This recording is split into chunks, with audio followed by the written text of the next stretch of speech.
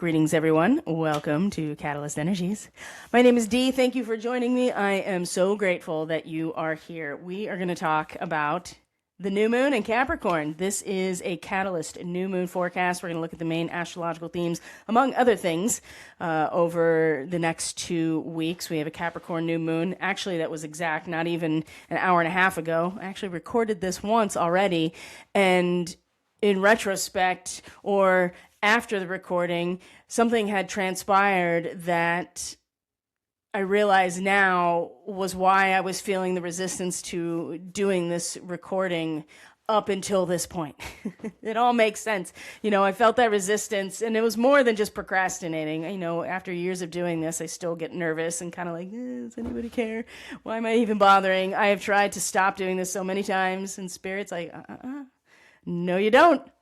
No, you don't. You need to still be out there. So I did feel, and I'm starting to really trust that, it's just, if it's not the right time, it's not the right time. And I think that's a really good message overall for everyone right now about trusting the time, having true clairvoyance, about seeing the whole picture, right? The writing on the wall, and to intuitively be able to read the room, so to speak, the situation, not just for yourself, but for everyone that you're involved with and responsible for. That's a big theme of this upcoming new moon. And so in trusting that, I tried to record anyway. And in the process of that, I started talking about the space weather. And at the time of the new moon, as we're going to get into, we are doing a new moon forecast. I don't know if I said that already. And welcome to this channel if in fact you are new. This new and full moon forecast here, Catalyst Energies, is just a brief synopsis, kind of the main themes from new moon to full moon, and then from full moon to new moon, just taking us through the more local, more immediate transits, and then there's other ways to get other types of information, astro and intuitive and otherwise. But here in this new moon forecast, we're going to look at the next 2 weeks. But something that happened right now at the new moon, I was looking at, we were actually in the previous recording, I had up the spaceweather.com information. And if it seems like I'm just kind of launching into it, it's because I am, because it really just, there doesn't need to be much of a warm up, to be perfectly honest, about what's going on right now. So I was showing everybody the sun because I was like, hey, we got this huge coronal hole, you can see here, that spans like 3/4 of the diameter of the sun. And so we're already getting a heightened solar wind speed right now that's probably going to reach its maximum into tomorrow. And as I was doing that, I realized that right at...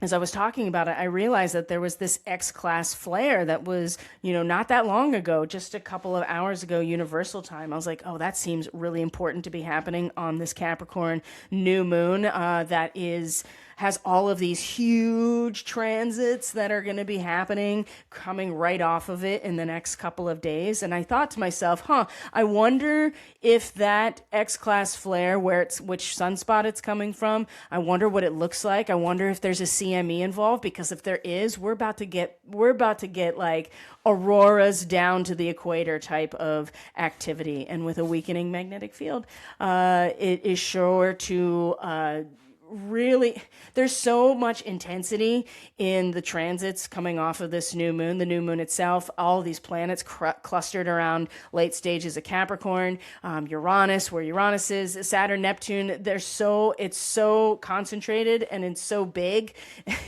and it's so much happening in the next couple of days to get this type of solar activity that's going to heighten all of the electromagnetic disturbance. You know what I mean? Like more plasma coming in, right? More charged particles coming into our ionosphere, coming into our atmosphere, having an effect on us, electrically, magnetically, right? Our biofield. And then to have all of these really big transits related to Uranus coming into Aquarius, because we're coming into Aquarius season. It's where Pluto is. It's very potent and it's very charged. And the fact that this solar flare just happened at the new moon is like, oh, this is why I could feel it coming, but I didn't know what I was actually feeling. I just knew that there was resistance every time I was like, I should sit down and record that. And something would be like, no, it's not time. And I'm like, I know, but I don't have any time left because the weekend's almost over.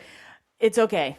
So what I'm here to say, I'm going to just give you the rundown of the transits at this point and just to point out the immensity astrologically, but I don't really need to go into too much long form with this particular forecast here because I've gotten the last piece of information that I needed, which was like, oh, this is about to be supercharged in terms of all of these like breakthrough moments with Uranus. So I think it's important to, I'm going to bring up the chart and we're just going to look at some of the main themes, but I would encourage you to keep an eye on or consider, especially, you know, if you've studied astrology, you've been on this channel, you've heard me or anyone else talk about some of these things, you know, they're just gentle reminders of like, you know, these are some of the things that are going on right now. But also too, this is, you know, to teach people more about astrology as a practice as we go along, so you can read your own charts and understand and interpret things for yourself, because that's where you get the most out of all of this. So Chiron has been a big player at poking at our wounds of self-worth. It's been pretty consistent in the Catalyst membership readings, whether they are for the group or individually for the premium members. They have had a very similar theme, right? Which is that we're coming out of periods of strife. We're coming out of situations where we're worried about something. We're coming out of situations where there's a little hopelessness, or there's not a lot of trust for, universal order of things. And we're coming into a situation currently where the cycle is already complete of where we've been, and it's just a matter of sloughing it off of us, and to know that those new developments are energetically already here. They just aren't here yet. And there's lots to be done to prepare for that instead of pushing forward. And there's still some retrogrades happening. Jupiter is retrograde. Uranus, retrograde, not for much longer, right? But Jupiter too, in Cancer, which has really been reevaluating where personal power, really can expand into, and, what we believe about home and happiness and safety and our own, our feelings of belonging, right? All of these Cancerian themes, that we are emotionally protected, that we're emotionally grounded and rooted. We're still kind of evaluating what we believe about that, what with Jupiter, where that can expand into. So there's things that haven't, and that's moving direct in early March, right? So there are things that are going to launch, but this next couple of days, wow, the fact, just can't get over this solar flare happening at the new moon, right? So that means that the sun flared right at us, and the moon is in between us and the sun. Maybe not exactly. It isn't, but it's close, right? It's the moon isn't exactly at its own, it's not at the ecliptic plane, so to speak. That's why we get eclipses. That's next month. So, but it's getting there. And the fact that it's the mediary, how we feel, and the moon kind of absorbing the shock energetically, archetypally, magnetically of the flare coming from the sun is not, I don't think it should be lost on any of us that are paying attention. And so it's really our feelings are really going to take the impact. And, the new moon, it's dark, right? We're not getting much reflection of the sun, but the moon is definitely taking on the fullness of those charged particles and that solar energy on the backside. So the full moon that's coming, right? So when it, gets to us and it's fully illuminated, that should be really interesting in about 2 weeks. That's the 1st of February, when Uranus, the ruling planet of Aquarius, stations direct. So there's a lot of Aquarian energy right now, and will continue at this time. So it's interesting too that the sun is at its weakest in Aquarius, yet this is where it's going. So this is a really potent time. So like I said, I'm just going to point out the main transits, the main players here, some of the fixed star energy, and really just kind of prep all of us for sudden breakthroughs, some, rapid change, revolutionary changes, probably within ourselves, within that which we value, right? That which makes up our physical reality. We're talking about Taurus here, Uranus and Taurus, because that's the main player. There's going to be all these really big transits with Taurus that is conjunct Algol, right? The demon star, the head of the Medusa. And this is, it has the name Demon Star for a reason, right? This is going to be a time where people might lose themselves, lose their heads, right? Algol is traditionally connected to death by beheading in like ancient astrology, and is related to releasing your shadows, facing your fears and your shadows, and releasing that toxicity, just like Medusa, off with her head in the hero's journey. It is what it is. It's an extension of trauma and toxicity, like being on the surface and turning her into a monster. So Algol has a bad reputation of being the demon star, and to have all these huge transits, and also to have it involved with Uranus and this new moon. And then we just had this huge solar flare and CME along with a coronal hole stream. We're about to get like supercharged into some sort of like upgrade. So it could be chaotic. And I think that the new moon itself and the connection to the capacity to really, see the writing on the wall, to read the room, to read the tea leaves, so to speak, I think this month is going to be really important that we embrace that personal development. So, of course, where's Capricorn in your chart? Where's Saturn? Saturn's involved in all of this as well. Like all of these transits you're going to see are lighting up that mystic triangle we talked about in the last report, the December solstice, the fact that Uranus and Neptune, Uranus and Saturn and Pluto. And right now, all this late Capricorn stuff you're going to see in the chart is lighting up that mystic triangle. So there is revolutionary changes that have to do with, especially with Uranus in Taurus and the Pleiades, something very tangible, something very valuable, something that represents what it is that we value materially and our security, all these Taurus themes. So, you can definitely, plug in, especially with Capricorn involved, you can definitely plug in some sort of change in the financial system or our economics as a whole, over the next month. And certainly whatever's happening with the sun and this new moon is definitely, again, like kind of, it does feel like actually that this solar activity could be a very necessary, upgrade basically, or, codes essentially, right? Information that's going to supercharge the system and give us the capacity to, over the next couple of weeks, really read the room for ourselves, right? To be able to read the tea leaves, to have our own measure of clairvoyance so that we can trust the timing, know when the timing is right in order to change a direction, to put our energy into a certain direction, in order to focus here, there, or nowhere, right? When is it time to rest? Things like that. We've had a lot of time with Chiron being in a square to all this Capricorn energy. Being really poked at in terms of our self-worth, our capacity for fulfillment, our inner fulfillment that really, drives everything.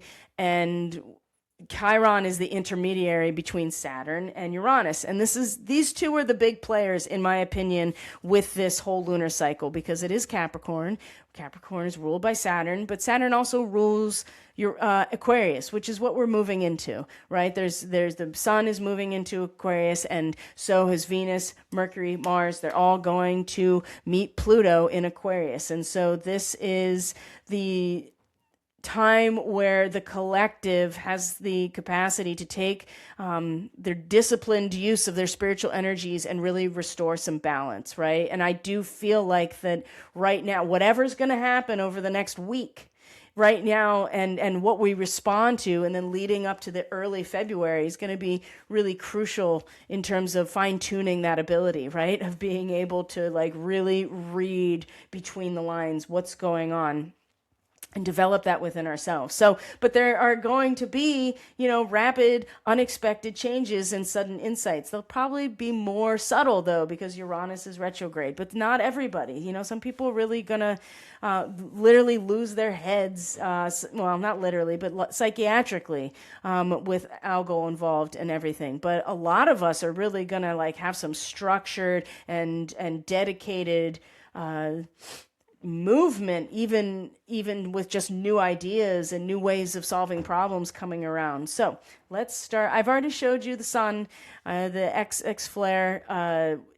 Here, we should look at that actually. It's big. So, or you could just go to spaceweather.com, but I'll share it with you just that way you can just see it for yourself if you don't want to go over to that site, because they have updated it now. So with their, here it is. Let's see if it'll show us the eruption. Not yet. So shortwave radio blackout over South America. A full halo CME is almost certainly heading for Earth. Yeah, so I can't get the actual... Oh, yeah, look at that. That's where all the highest frequency affected. New X-ray flux for 2 minutes. Yeah, and as far as I understand it, it's very long duration. So it is just like billowing out and billowing all of this plasma at us. So I guess I'll just show you the chart now. So this is going to be probably much shorter, because I do have to acknowledge the time I already put in, and plus the time I have left to really, before I have to move on to other things. So I hope that this gets the point across, and I think it will, right? I don't need to belabor every single transit now that I realize that, like, oh hey, by the way, we're about to get super solar charged at this Capricorn new moon. Something else I'd like to point out is that whenever you're dealing with degrees that are 25, 26, 27, 28, you're dealing with galactic degrees. So this has got a huge Pleiadian signature, both where Uranus and the new moon. So we're talking about 29 degrees Capricorn. All Pleiadian energy, I would read those placements as Pleiadian energies, especially where Uranus is in Taurus. That is actually where the Pleiades star cluster is, the constellation of Taurus. But I would read anything in Capricorn and Cancer at those late degrees as harmonious in a Pleiadian sense. Now, I've also heard that the late degrees of Capricorn not only would indicate Pleiadian starseed markings, but is also representative of the crystal grid of this planet. So there's also a contribution and investment of that Pleiadian energy, which a lot of times are a lot of the healers, right? They tend to be the healers, the physical healers, right? Maybe not so much the shamans, but the healers, right? The people who do body work, the people who practice Reiki, the people who just value physical touch in terms of showing affection, and they tend to be very empathic. So also too, you're thinking like counselors and things like that, and but are just very sensitive to the energies around them. So the Capricorn energy is much more, it's much more stiffened and hardened, because it represents the bones and the root system of a community, of a structure, right? The elders, and so you can think about it as a crystal grid within like a physical planet. And that energy is, I think, it's the soul of someone who, as Pleiadian, has already interacted with this planet and been part of establishing that grid, if that makes sense. There's a lot of power, there's a lot of leadership, and there's also a lot of, crystallization with this as well. But needless to say, I could go on and on about the starseed stuff. Just know that there's a strong Pleiadian connection to this new moon and this connection to Uranus. And of course, Saturn's involved because it's a Capricorn new moon, and Saturn and Uranus are in a sextile. So we've been talking about this mystic triangle since the last report that I did, which was for the solstice. And I talked about how this is, cultural breakthroughs and spiritual awakenings when you have Uranus, you have Neptune, and then you have Pluto all in this mystic triangle. So this is being reinforced right now with where Uranus is, 28 degrees Taurus, 27-28, Saturn, 27-28 Pisces. There's a bit of dissolution of those structures with the solvent that is the spirit, right, with Saturn and Pisces. But we have a new moon in Capricorn, which is, the structure of culture over time, or time itself. But all of these things are connecting together in order to generate some sort of enough momentum to modulate to another tone, right? To another frequency. And so Saturn and Uranus, so they're all in this dance together of the sextile, the mystic triangle, but Saturn and Uranus coming right off of this new moon as the sun comes into Aquarius, right? These two planets traditionally have ruled the sign of Aquarius, Saturn and Uranus. So the fact that they're coming into a sextile, whenever you see blue on these astrological charts, it's because there is a harmonious and productive relationship. It's stable, it's harmonious, it's something that easily flows together in terms of their relationship. It's the red where we really grow because there's squares and opposition, so there's tension and friction. Needless to say, all of these things are in a harmonious. You got Lilith over here that is making kind of like an overlapping mystic triangle with these elements over with the last degrees of Scorpio, which is the Heyoka. We've talked about that endlessly, the sacred clown. So there's kind of this need, even a compulsion to either use humor to, soften the edge of the social mirror, or to be the jester or the joker, to be the person who takes the slings and arrows in order to awaken people. And also too, I would say people that have prominent stuff at these last degrees of Scorpio are probably feeling this compulsion the most.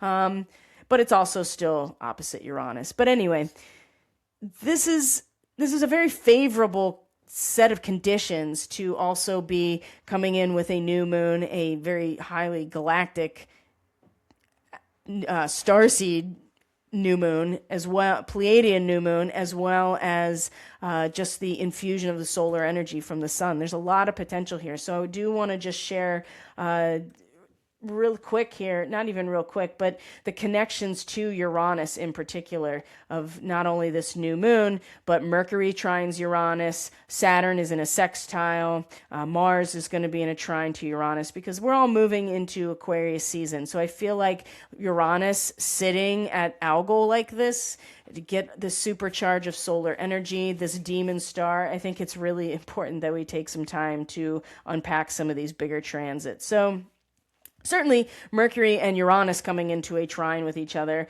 right after this new moon is, it can be disruptive. You can disrupt your flow, but there's going to be sudden insights and innovative ideas, and they come merging with a very practical and structured mode of thought with Mercury and Capricorn, right? Sudden insights, and so breakthroughs and all kinds of stuff, financial planning, material security. We're talking about Capricorn and Taurus, right? We're talking about the money itself and then the entire economic institution. So you're talking about how we the sudden breakthroughs and rapid changes in the money system, for instance. This is just an example, and our thought processes about how an economy works, and the mental energy and the details of an economy, Mercury and Capricorn. So there is focusing on recalibration, inner recalibration. Again, we're at Algol, right? And so sometimes that might that financial breakthrough, that material security, that innovation, that reshaping of old patterns might come through something else that is a little disruptive and changing, but it's most likely going to be internal, right? So open your mind to new possibilities. Something might come to you that you're like, oh, I never thought about it that way. Keeping an open mind, right? Again, it's something on the inside. Now, if people are just allowing themselves or not aware that they're just an antenna receiving signal, that's the other thing too, is that you start to embrace somebody else's, communications about what it means to be part of something. And algal is just like, it's again related to alcohol, and the releasing of a toxic behavior. And that's going to come up in more as I go through my notes. So we're going to have a Mercury trine Uranus, and then Saturn is going to sextile Uranus. And so again, this is huge. This is a very powerful period of structured and practical transformation, right? Now, the things that algal brings to the table with this, and this is happening on the 20th. So Lilith is going to move out of position, and this one mystic rectangle is going to fade away as we get to here, but the other one is going to be very present, as you're going to see.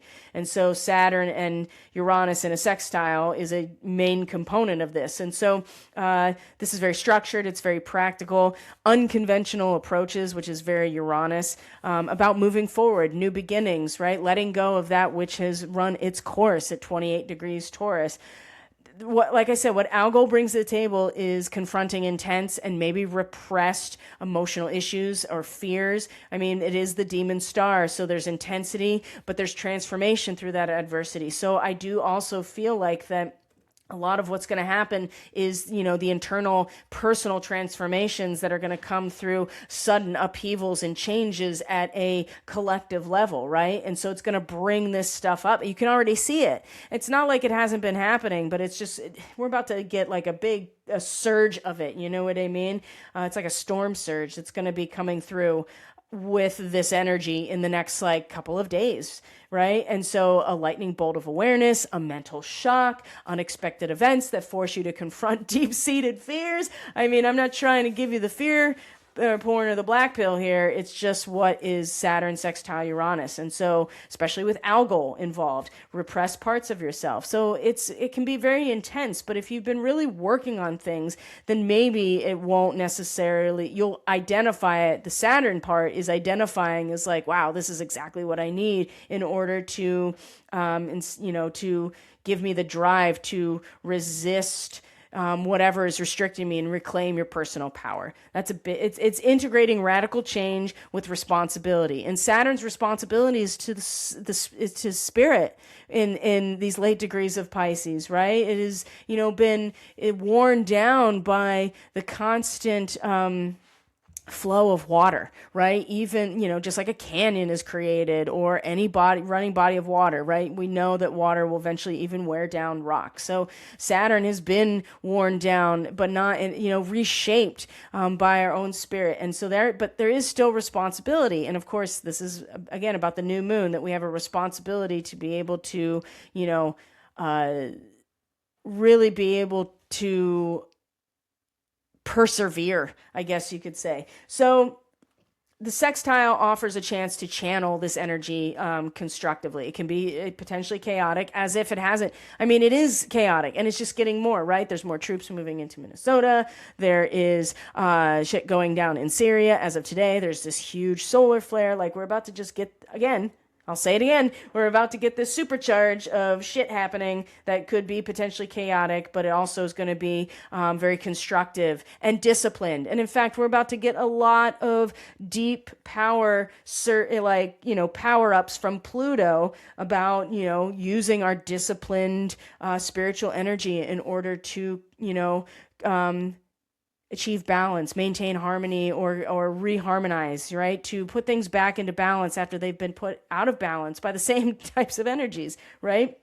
So algal can bring a lightning bolt of awareness, a mental shock, like I said, confronting old patterns, harnessing powerful energy. It's like raw Kundalini energy of algal, right? Because you're tapping into the natural creative energy, which is what Pleiadian starseeds really are good at. This is why they're such good at natural healing, right? And being present with people. Algal too, if you have algal really prominent in your chart, on the one hand, you could be really subject to some serious drinking and addiction issues because of the demon star. There's just a lot of shadows to confront. But it also is somebody that is oftentimes really comfortable with the idea and the process of dying, and tends to be really good as a supportive role for bereavement. A death doula, for instance. I mean, it seems kind of weird, but it actually suits Pleiadian starseeds very well. So especially with Algol involved. So powerful energy coming from Algol as well, almost like Kundalini energy. So the key is to respond in a proportionate way. So whatever's coming, because Mars is also going to trine Uranus. So a little bit more stabilized with Mars being an action card, but Saturn also is kind of stabilizing the energy. So again, a powerful period of structured, goal-oriented action leading to sudden, profound breakthrough, right?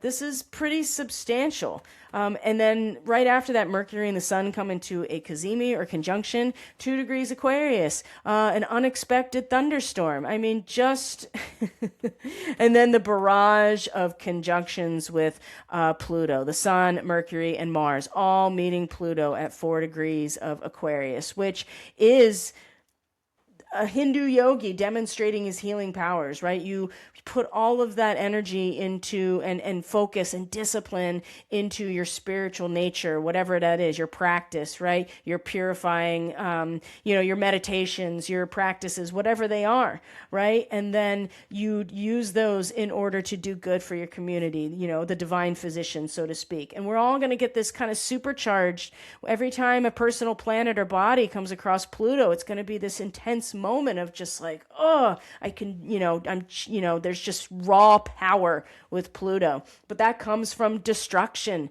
and the opportunity for regeneration. So that's also part of all of this energy right now. And it's really going to lead up to something that happened once already.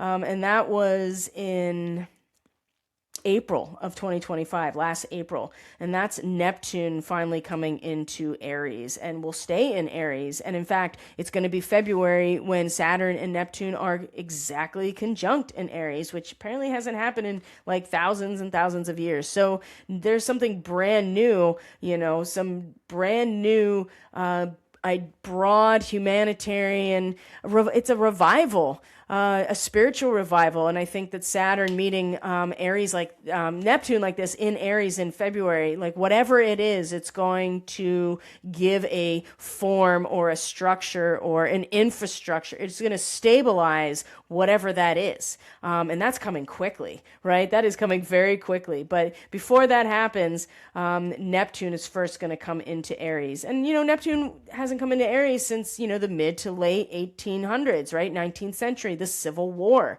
That's the other thing too. We are kind of in this powder keg moment here, and everybody's about to get charged, and Uranus, the planet of like sudden change and breakthrough, is sitting in conjunction with a star that has traditionally for thousands of years been a harbinger of really bad things. So just be aware that this is happening.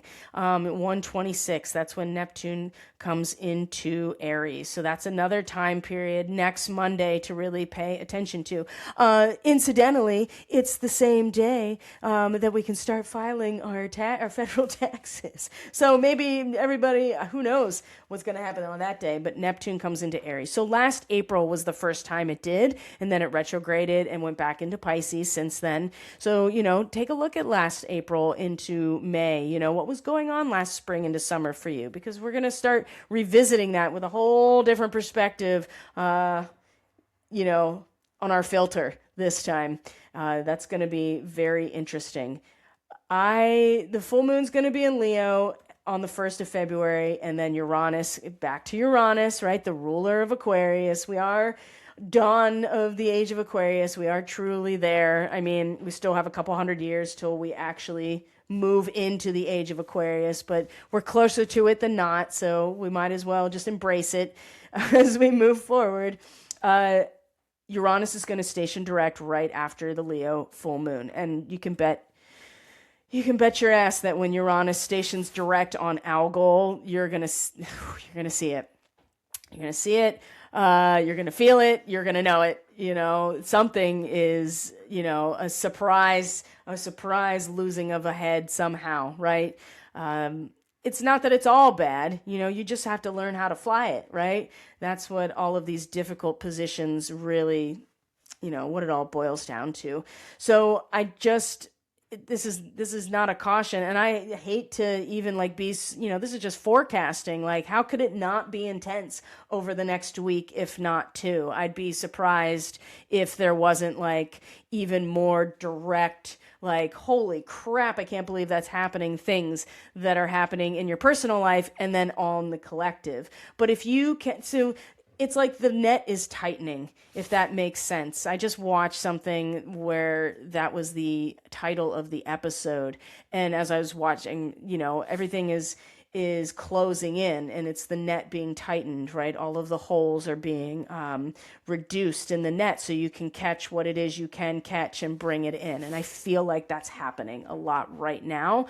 And it's, it's going to get pulled closed, I think, through the process of this next couple of days and couple of weeks. And so, if you can keep yourself out of the net by not getting distracted by the background noise, be able to see the net itself. Like, if you don't even know there's a net there, then how could you see it as it's tightening around you? And think about maybe reading the tea leaves is kind of like, I can see the grid pattern of the matrix around me, and I'm not getting caught in this. And so, I feel like that's what we're going to be working on so that means it's going to be, the propaganda machine's going to be amped up. Who knows what the next iteration of events is going to be in our personal lives and certainly in our public lives. But how could it not be intense, right? These are big transits, but tons of potential here.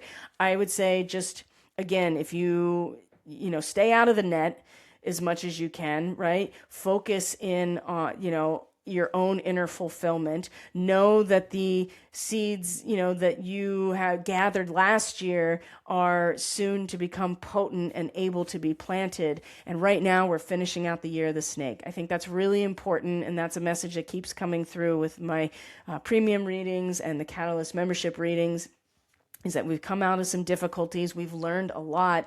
We are shedding an old piece. We have been, and we've been operating for the most part, more and more with this new skin throughout the year, but we still have to like get the rest of it off. And so we're kind of propelling ourselves forward, but we still have what's left kind of clinging to us.